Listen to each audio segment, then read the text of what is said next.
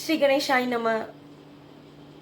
दोस्तों, भाइयों, बहनों, वडीलों, सबको तृप्ति जोशी शाह का जय श्री कृष्ण। धर्म ज्ञान मंजरी नाम के चैनल में आप सबका स्वागत है। आप मुझे लाइक कर सकते हो, सब्सक्राइब कर सकते हो और आज मेरे साथ 18वां अध्याय मोक्ष संन्यास योग में जुड़े रह सकते हो। श्रीमद् भगवद गीता का मुख्य 3 विषय भक्ति, ज्ञान और कर्म। गीता गंगा गायत्री, सीता सत्या सरस्वती, ब्रह्म विद्या ब्रह्मवली, त्रिसंध्या मुक्त देहिनी, अर्धमात्रा चिदानंदा, भवद भय भय नाशिनी, वेदत्रयी परानंता, तत्वार्थ ज्ञान मंजरी। गीता में सब कुछ है। गीता का ज्ञान करने वाला मनुष्य कभी भी पीछे नहीं हटता। शाम दाम दंड भेद श्री कृष्ण भगवान ने सिखाए हैं। राज विद्या मिल जाती है गीता में से। जीवन जरूरियात नैतिक कर्म मिल जाता है गीता में से। कर्म करते जाओ और कर्म फल की इच्छा न रखो, वो मिल जाता है गीता में से। कर्म निवाधिकारस्ते मां फलेषु कदाचन। ये 2-3 श्लोक में ही पूरी गीता का सामर्थ्य है। आज हम लास्ट अध्याय मोक्ष संन्यास योग में जा रहे हैं। श्री कृष्ण भगवान पूरे अध्याय में एक ही बात कहते हैं कि तू फल की इच्छा मत कर, कर्म किए जा। ऐसा कर्म कर जो तेरे लिए हो, कर्तव्य समझ कर कर्म कर। कोई मनुष्य सन्यासी बनकर कर्म करता है तो कोई मनुष्य संसार में रहकर कर्म करते हैं। हर एक श्लोक का अपना अपना एक दृष्टांत है, अपने अपने जीवन जरूरियात उसमें से मिल जाती हैं। ऐसा हमारा धार्मिक ग्रंथ, हिंदू धार्मिक ग्रंथ गीता। अर्जुन श्री कृष्ण भगवान को पूछते हैं कि हे नाथ, हे कृष्ण, संन्यास किसको कहते हैं और त्याग किसको कहते हैं? आप मुझे विस्तार से समझाइए। यहाँ पे ज्ञानी लोग और पंडितों की बात श्री कृष्ण भगवान अर्जुन को कहते हैं कि फल की इच्छा का त्याग करना, क्योंकि वो कर्म दोष युक्त है। वो पंडित वैसा कहते हैं कि फल की इच्छा का त्याग करना, और ऐसा करते हुए करो सारे कर्तव्य जिसमें फल की इच्छा भी नहीं है। कर्तव्य समझकर ही कर्म करना है। हर शोक वगैरह का मनुष्य जो कर्म करता है उसको सन्यासी कहते हैं। तो बहुत सारे बुद्धिजीवी ऐसे भी कहते हैं कि तप, दान, यज्ञ ऐसे जो कर्म होते हैं उनका त्याग कभी नहीं करना चाहिए, क्योंकि वो तो करना ही करना है। तो हे अर्जुन, त्याग 3 प्रकार के हैं। आसक्ति का त्याग करके यज्ञ, दान और तप जो कर्म करते हैं, वैसा कर्म करते हैं, उसको श्रेष्ठ गिना जाता है। फल की इच्छा वगैरह के कर्म, आसक्ति रहित कर्म, और उसमें हमें तप, दान और यज्ञ करना है। ब्राह्मणों को भोजन करना है। आगे के अध्याय में किया है कि जब भी हम यज्ञ करें तब हम ब्राह्मणों की सलाह सूचन से करें। घर में जितने सदस्य हैं, जो कुटुंब है पूरा, उनको बुलाए और हर्ष उल्लास से उस तप को, उस ज्ञान बांटने वाले, स्वाध्याय करने वाले जो पंडित होते हैं उनको बुलाए और यज्ञ करे। ये 3 चीज तो करनी है।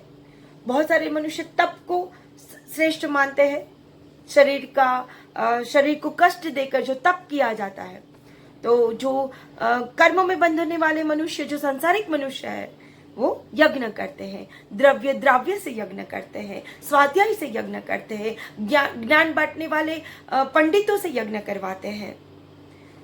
तो जो आसक्ति रहित कि मुझे कुछ मिले ना मिले, लेकिन मैं तप करूंगा, मैं यज्ञ करूंगा, मैं दान करूंगा, उस दान को, उस तप को, उस यज्ञ को श्रेष्ठ गिना जाता है। तो बहुत सारे मनुष्य नैवत त्याग करते हैं। जो नैवत त्याग करते हैं उसको तामस यज्ञ कहा जाता है, तामस त्याग कहा जाता है। और जो शरीर को कष्ट न देकर कोई भी कार्य करे, कि शरीर को तो कष्ट नहीं हम देंगे, तो उसको हम राजस त्याग कहा जाता है इस अध्याय में। और इस अध्याय में कहते हैं कि जो फल की इच्छा बगैर का कर्म, आसक्ति रहित कर्म, और साथ में कर्तव्य समझकर जो मनुष्य त्याग करता है, उसको सात्विक त्याग का। सांख्य सिद्धांत में सर्व कर्मों की उत्पत्ति का 5 कारण बताया गया है। देश, काल, कर्ता, अलग अलग साधन और अलग अलग क्रियाएं। जो मनुष्य का कर्म अंतःकरण से होता है और जिसकी बुद्धि कर्मों में लोपाती नहीं है, वो पाप बंधनों में बनता नहीं है, वो कर्म मुक्त हो जाता है, पाप बंधनों से मुक्त हो जाता है। कर्म किस लिए करता है? कर्तव्य के लिए करता है, देश के अच्छे के लिए करता है, लोगों के अच्छे के लिए करता है, तो उसकी बुद्धि कर्मों में लोपाती है। हे महाबाहो, संपूर्ण कर्मों की सिद्धि के लिए अर्थात संपूर्ण कर्मों के सिद्ध होने में ये 5 हेतु सांख्य सिद्धांत में कहे गए हैं, उनको तो मेरे से भली प्रकार जान।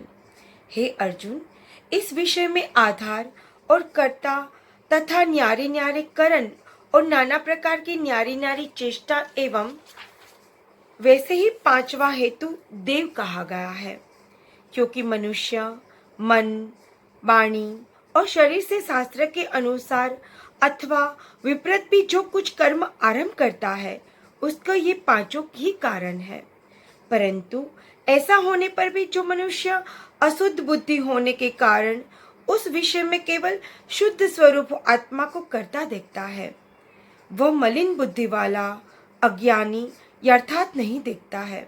हे अर्जुन, जिस पुरुष के अंतःकरण में मैं करता हूँ ऐसा भाव नहीं है, तथा जिसकी बुद्धि सांसारिक पदार्थों में और संपूर्ण कर्मों में लिपायमान नहीं होती, वह पुरुष इन सब लोगों को मारकर भी वास्तव में नहीं मरता और ना ही पाप बंधनों से बंधता है।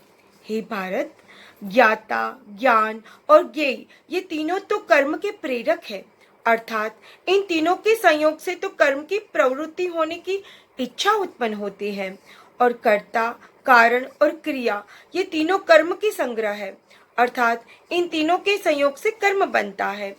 उन सब में ज्ञान और कर्म तथा कर्ता भी गुणों के भेद से सांख्य शास्त्र में 3 प्रकार से कहे गए हैं, उनको भी तू मेरे से भली प्रकार सुन। हे अर्जुन, जिस ज्ञान से मनुष्य पृथक पृथक सब भूतों में एक अविनाशी परमात्मा भाव को विभाग रहित समभाव से स्थित देखता है, उस ज्ञान को तू सात्विक जान। और जो ज्ञान अर्थात जिस ज्ञान के द्वारा मनुष्य संपूर्ण भूतों में भिन्न भिन्न प्रकार के अनेक भावों को न्यारा न्यारा करके जानता है, उस ज्ञान को तू राजस जान। और जो ज्ञान एक कार्य रूप शरीर में ही संपूर्णता के सदृश आसक्त है, अर्थात जिस विपरीत ज्ञान द्वारा मनुष्य एक क्षण भंगुर नाशवंत शरीर को ही आत्मा मानकर उसमें सर्वस्व की भांति असक्त रहता है, तथा जो बिना युक्ति वाला तत्व अर्थ से रहित और तुच्छ है, वह ज्ञान तामस कहा जाता है। हे अर्जुन, जो कर्म शास्त्र विधि से निधित किया जाता है और कर्तापन के अभिमान रहित फल को न चाहने वाला पुरुष द्वारा बिना राग द्वेष के किया हुआ है, वह कर्म सात्विक कहा जाता है। और जो कर्म बहुत परिश्रम युक्त है, फलों को चाहने वाला है, अहंकार युक्त पुरुष द्वारा किया जाता है, वह कर्म राजस कहा जाता है। तथा जो कर्म परिणाम, हानि, हिंसा और सामर्थ्य को न विचार कर केवल अज्ञान से आरंभ किया जाता है वह कर्म तामस कहा जाता है। हे अर्जुन, जो कर्ता आसक्ति से रहित और अहंकार के वचन को न बोलने वाला, धैर्य और उत्साह से युक्त, कार्य की सिद्धि होने और न होने में हर्ष शोक न देखता हो, विकार न बनाता हो, ऐसे कर्ता को तो सात्विक कहा जाता है। जो आसक्ति से युक्त कर्मों के फलों को चाहने वाला और लोभी है, दूसरों को कष्ट देने वाला स्वभाव वाला हो, अशुद्धाचारी और हर शोक से लिपायमान हो, ऐसे कर्ता को राजस कहा जाता है। जो विक्षेप युक्त चित्त वाला, शिक्षा रहित, घमंडी, धूर्त और दूसरों की आजीविका का नाश एवं शोक करने वाला स्वभाव वाला, आलसी और दीर्घसूत्री है, उसको तू तामस जान। हे अर्जुन, तू बुद्धि का और धारण शक्ति का भी गुणों के कारण 3 प्रकार का भेद संपूर्णता से विभाग पूर्वक मेरे से कहा हुआ है वो तू सुन। हे पार्थ, प्रवृत्ति मार्ग और निवृत्ति मार्ग को तथा कर्तव्य और अकर्तव्य को, केवल भय और अभय को तथा बंधन और मोक्ष को जिस दिन बुद्धि तत्व से जानती है वो बुद्धि तो सात्विक ही है। हे पार्थ, जिस बुद्धि के द्वारा मनुष्य धर्म और अधर्म तथा कर्तव्य और अकर्तव्य की अर्थार्थ नहीं जानता है वो बुद्धि राजसी है। और हे अर्जुन, जो तमोगुण से आवृत हुई बुद्धि अधर्म को धर्म ऐसा मानती है तथा और भी संपूर्ण अर्थ को विपरीत मानती है वो बुद्धि तामसी है। हे पार्थ, ध्यान योग के द्वारा जिस अव्यभिचारिणी धारणा से मनुष्य मन, प्राण और इंद्रियों की क्रियाओं की धारण करता है वह धारणा तो सात्विक ही है।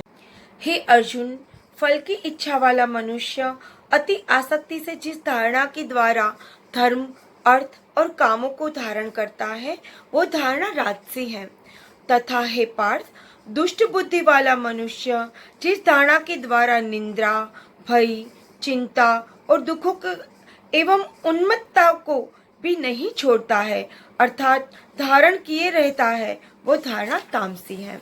हे अर्जुन, अब सुख भी तो 3 प्रकार के मेरे से तू सुन। हे भरत श्रेष्ठ, जिस सुख में साधक पुरुष भजन, ध्यान और सेवादि के अभ्यास में रमण करता है और दुखों के अंत को प्राप्त होता है वह सुख प्रथम साधन के आरंभ काल में यद्यपि विषय के सदृश भासता है परंतु परिणाम में अमृत तक के तुल्य है। इसलिए जो भगवान विषयक बुद्धि के प्रसाद से उत्पन्न हुआ सुख है वह सात्विकी कहा जाता है। जो सुख विषय और इंद्रियों के संयोग से होता है वह यद्यपि भोग काल में अमृत के सादृश भाता है परंतु परिणाम में विशेष सदृश है, इसीलिए वह सुख राजस कहा गया है। तथा जो सुख भोग काल में और परिणाम में भी आत्मा को मोहने वाला हो वो निंद्रा, आलस, प्रमाद से उत्पन्न हुआ सुख तामस कहा जाता है। हे अर्जुन, पृथ्वी में या स्वर्ग में अथवा देवताओं में ऐसा वह कोई भी प्राणी नहीं है जो इन प्रकृति से उत्पन्न हुए तीनों गुणों रहित हो, क्योंकि यावना मात्र सर्व जगत त्रिगुणमयी माया का ही विकार है। इसलिए हे परम तप, ब्राह्मण, क्षत्रिय और वैश्यों तथा क्षुद्रों के भी कर्म स्वभाव से ही उत्पन्न हुए गुणों के कर्म के विभक्त किए गए हैं, अर्थात पूर्वकृत कर्मों के संस्कार रूप स्वभाव से उत्पन्न हुए गुणों के अनुसार विभक्त किए गए हैं। उनके अंतःकरण का निग्रह, इंद्रियों का दमन, बाहर भीतर की शुद्धि, धर्म के लिए कष्ट सहन करना और क्षमा भाव एवं मन, इंद्रियों और शरीर की सरलता, आस्तिक बुद्धि, शास्त्र विषयक ज्ञान और परमात्मत्व अनुभव भी ये तो ब्राह्मण के स्वाभाविक कर्म है। शूरवीरता, तेज, धैर्य, चतुरता और युद्ध में भी न भागने वाले स्वभाव वाले एवं दान और स्वाभिमान अर्थात निस्वार्थ भाव से सबका हित सोचकर शास्त्रानुसार अनुसार शासन द्वारा प्रेम के सहित पुत्र तुल्य प्रजा को पालन करने वाला भाव, ये सब क्षत्रिय का स्वाभाविक कर्म है। खेती, गोपालन और क्रय विक्रय रूप सत्य व्यवहार ये वैश्यक स्वाभाविक कर्म है और सब वर्णों की सेवा करना ये क्षुद्र का स्वाभाविक कर्म है। एवं इस अपने अपने स्वाभाविक कर्म में लगता हुआ मनुष्य भगवत प्राप्ति रूप परम सिद्धि को प्राप्त होता है। परंतु जिस प्रकार से अपने स्वाभाविक कर्म में लगता हुआ मनुष्य परम सिद्धि को प्राप्त होता है, उस विधि को तू मेरे से सुन। हे अर्जुन, जिस परमात्मा की सर्वभूतों की उत्पत्ति हुई है और जिसके ये सर्व जगत व्याप्त है, उस परमेश्वर और अपने स्वाभाविक कर्म द्वारा पूजकर मनुष्य परम सिद्धि को प्राप्त होता है। इसलिए अच्छी प्रकार आचरण किए हुए दूसरे के धर्म को गुण रहित भी अपना धर्म श्रेष्ठ माना जाना चाहिए, क्योंकि स्वभाव से ही नियत किए हुए सर्वधर्म रूप कर्म को करता हुआ मनुष्य पाप को नहीं प्राप्त होता। अतएव हे कुंती पुत्र, दोषयुक्त भी स्वाभाविक कर्म को नहीं त्यागने चाहिए, क्योंकि धुएं से अग्नि के सदृश सभी कर्म किसी न किसी दोष से आवृत है। हे अर्जुन, सर्वत्र आसक्ति रहित बुद्धि वाला, स्पृहा रहित और जीत हुए अंतःकरण वाला पुरुष सांख्य योग के द्वारा भी परम निश्चय कर्मीय सिद्धि को प्राप्त होता है, अर्थात क्रिया रहित शुद्ध सच्चिदानंद परमात्मा की प्राप्ति रूप परम सिद्धि को प्राप्त होता है। इसलिए हे कुंती पुत्र, अंतःकरण की शुद्धि रूप सिद्धि को प्राप्त हुआ पुरुष जैसे सांख्य योग के द्वारा सच्चिदानंद धन ब्रह्म को प्राप्त होता है, तथा जो तत्व ज्ञान की परम निष्ठा, ये उसको भी तू मेरे से संक्षिप्त में सुन। हे अर्जुन, विशुद्ध बुद्धि के युक्त, एकांत और शुद्ध देश का सेवन करने वाला तथा मिताहारी जीते हुए मन, वाणी, शरीर वाला और दृढ़ वैराग्य को भली प्रकार प्राप्त हुआ पुरुष निरंतर ध्यान योग के परायण हुआ, सात्विक धारणा से अंतःकरण को वश में करके तथा शाब्दादिक विषयों में त्याग कर और द्वार राग द्वेषों को नष्ट करके तथा अहंकार, बल, घमंड, काम, क्रोध और संग्रह को त्याग कर ममता रहित शांत अंतःकरण हुआ, सच्चिदानंद धन ब्रह्म के एक भाव होने से लिए योग्य होता है। फिर ये सच्चिदानंद धन ब्रह्म में एक ही भाव से स्थित हुआ प्रसन्न चित्त वाला पुरुष न तो किसी वस्तु के लिए शोक करता है, न किसी की आकांक्षा ही करता है, एवं सब भूतों को संभाव हुआ मेरी परम भक्ति को प्राप्त होता है। उस परा भक्ति के द्वारा मेरे को तत्व से भली प्रकार जानता है कि मैं जो और जिस प्रभाव वाला हूँ, तथा उस भक्ति से मेरे को तत्व से जानकर तत्काल ही मेरे में प्रवेश हो जाता। उसकी दृष्टि में मुझ वासुदेव की सेवा के सिवा और कुछ भी नहीं रहता। मेरे परायण हुआ निष्काम कर्मयोगी तो संपूर्ण कर्म को सदा करता हुआ भी मेरी कृपा से सनातन अविनाशी परम पद को प्राप्त हो जाता है। इसलिए हे अर्जुन, तू सब कर्मों को मन से मेरे में अर्पण करके मेरी परायण हुआ समत्व बुद्धि रूप निष्काम कर्मयोग को अवलंबन करके निरंतर मेरे में चित्त वाला हो। इस प्रकार तू मेरे में निरंतर मन वाला हुआ मेरी कृपा से जन्म, मृत्यु आदि सब संकटों को अनायास ही तर जाएगा, और यदि अहंकार के कारण मेरे वचनों को नहीं सुनेगा तो नष्ट हो जाएगा, अर्थात परमात्मा से भ्रष्ट हो जाएगा। जो तू अहंकार को अवलंबन करके ऐसा मानता है कि मैं युद्ध नहीं करूंगा, तो ये तेरा निश्चय मिथ्या है, क्योंकि क्षत्रियपन का स्वभाव तेरे को जबरदस्ती युद्ध में लगा देगा।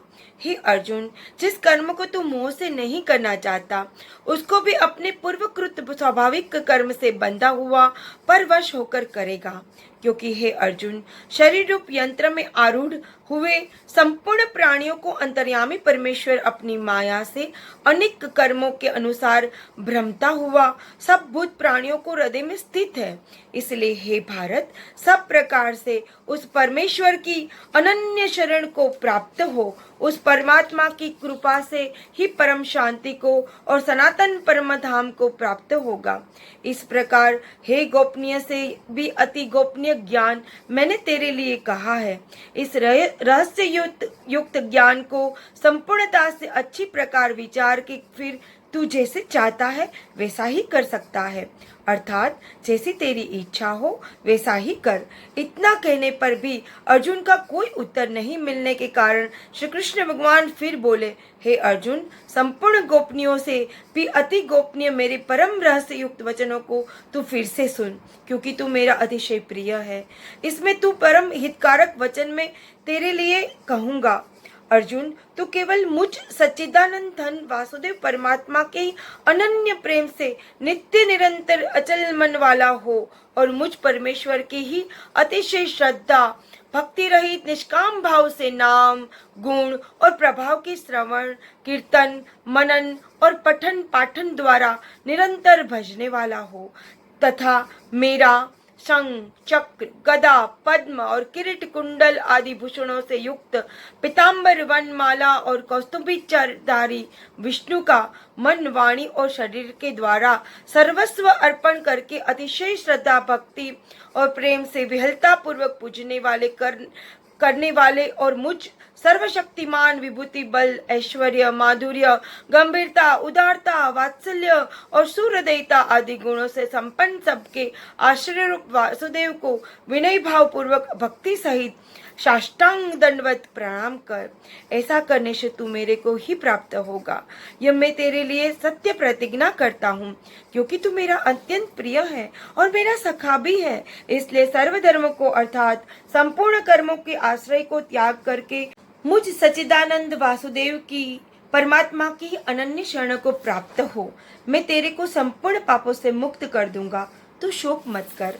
हे अर्जुन, इस प्रकार तेरे हित के लिए कहे हुए इस गीता रूप परम रहस्य को किसी काल में भी न तो तप रहित मनुष्य के प्रति करना चाहिए और न भक्ति रहित प्रति तथा न बिना सुनने की इच्छा वालों के प्रति कहना चाहिए, एवं जो मेरी निंदा करता है उसके प्रति भी नहीं कहना चाहिए, परंतु जिनमें ये सब दोष नहीं हो ऐसे भक्तों को प्रति प्रेम पूर्वक उत्साह से सहित करना चाहिए। क्योंकि जो पुरुष मेरे में परम प्रेम करके इस परम रहस्य युक्त गीता शास्त्र को मेरे भक्तों में कहेगा, अर्थात निष्काम भाव से प्रेम पूर्वक मेरे भक्तों को पढ़ाएगा या अर्थ की व्याख्या द्वारा इसके प्रचार करेगा, वह निसंदेह मेरे को ही प्राप्त होगा। और न तो उससे बढ़कर मेरा अतिशय प्रिय कार्य करने वाला मनुष्य में कोई है और न उसके बढ़कर मेरा अत्यंत प्यारा पृथ्वी में दूसरा कोई होगा। तथा हे अर्जुन, जो पुरुष इस धर्ममय हम दोनों के संवाद रूप गीता शास्त्र को पढ़ेगा अर्थात नित्य पाठ करेगा, उसके द्वारा मैं ज्ञान यज्ञ से पूजित होऊंगा, ऐसा मेरा मत है। जो पुरुष श्रद्धा युक्त और द्रोष दृष्टि रहित हुआ इस गीता शास्त्र का श्रवण मात्र भी करेगा, वह भी पापों से मुक्त हो जाएगा, उत्तम कर्म करने वाले श्रेष्ठ लोगों में प्राप्त होगा। इस प्रकार गीता का महात्म्य कहकर भगवान श्री कृष्ण चंद्र आनंद कंद के अर्जुन से पूछा, हे पार्थ, क्या ये मेरा वचन तेने एकाग्र चित्त से श्रवण किया? और हे धनंजय, क्या तेरा अज्ञान से उत्पन्न हुआ मोह नष्ट हुआ? इस प्रकार के भगवान के पूछने पर अर्जुन बोले, हे अच्युत, आपकी कृपा से मेरा मोह नष्ट हो जाता है। मुझे स्मृति प्राप्त हुई है, इसलिए मैं संशय रहित हुआ हूँ, स्थित हूँ, आपकी आज्ञा का पालन करूंगा। इसके उपरांत संजय बोले कि हे राजन, इस प्रकार मैंने श्री वासुदेव के और महात्मा अर्जुन के इस अद्भुत रहस्य युक्त और रोमांचक कारक संवाद को सुना। कैसे कि श्री व्यास जी की कृपा से दिव्य दृष्टि द्वारा मैंने इस परम रहस्य युक्त गोपनीय योग को साक्षात करके उस स्वयं योगेश्वर श्री कृष्ण भगवान के मुख से मैंने सुना। इसलिए हे राजन, श्री कृष्ण भगवान और अर्जुन के इस रहस्य युक्त कल्याणकार और अद्भुत संवाद को पुनः पुनः स्मरण करके मैं बारंबार हर्षित होता हूँ, तथा हे राजन, श्री हरि के उस अति अद्भुत रूप को भी मैं पुनः पुनः स्मरण करके मेरे चित्त में महान आश्चर्य होता है और मैं बारंबार हर्षित होता हूँ। हे राजन, विशेष क्या कहूँ, जहाँ योगेश्वर श्री कृष्ण भगवान है और जहाँ गांडीव धनुर्धारी अर्जुन है, वहीं पर ही श्री विजय विभूति और अचल नीति है, ऐसा मेरा मत है। इति श्री देवाखंडे ब्रह्म विद्यायाम योग शास्त्रे श्री कृष्ण अर्जुन संवादे 18वां अध्याय मोक्ष संन्यास योग समाप्त। श्री कृष्ण कन्हैया लाल की जय। जय श्री कृष्ण।